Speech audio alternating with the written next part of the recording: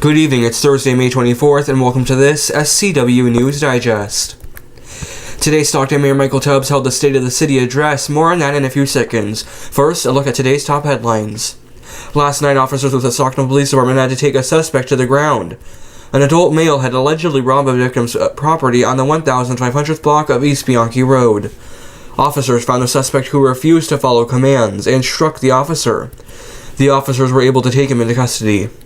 A Stockton man has been sentenced to 5 years in prison. According to court documents, 1,000 people across the U.S. were victims of fraud by the suspect.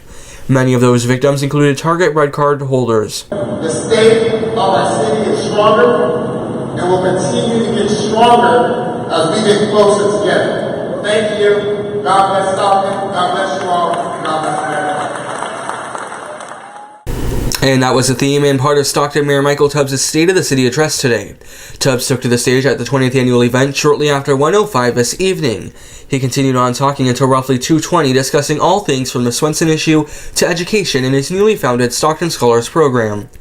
He also announced a $1 million donation from Alex and Faye Spanos to be used by Stockton Scholars. Tubbs also spoke on women in Stockton, saying, quote, "It's simple. When we invest in a woman, we invest in Stockton," end quote.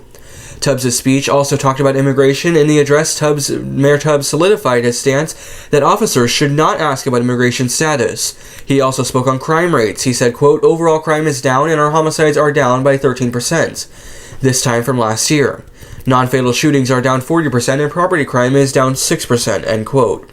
SCW News has fact-checked those claims and found that the most recent data from the Stockton Police Department shows that homicides as being down only 10%. Meanwhile, property crime was down 6.7%, and the Stockton Police Department did not have the non-fatal shooting percentages available immediately, so we could not fully verify those numbers. And we did reach out to a representative with Mayor Tubbs' office, but did not get a response back by the time we shot this digest.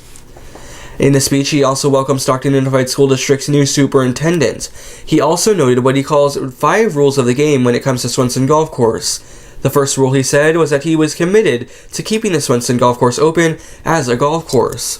Tubbs also referenced multiple Stocktonians who he believes have stories of success. Thank you for watching this SCW News Digest. Stay on this YouTube page and on Facebook for more news and information from Stockton later.